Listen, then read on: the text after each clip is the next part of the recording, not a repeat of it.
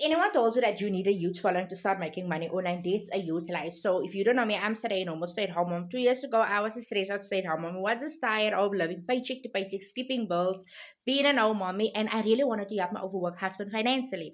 But I wasn't ready to give up my stay-at-home mommy lifestyle. I was a normal mom who would just scroll on TikTok to escape her reality.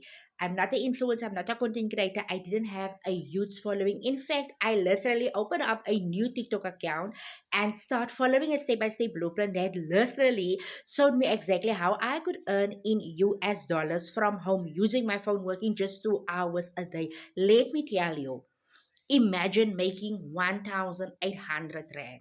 You don't share your money because I'm making 100% profit. If one person purchases a product from me, it's 1,800 Rand as a stay-at-home mommy. Girl, if you want to know more how I went from being a stressed-out stay-at-home mommy to a stay-at-home mommy, start earning in dollars, replace my husband's overtime income with my 2-hour workday, put a word me in my comments, or you can go to my bio and click the link.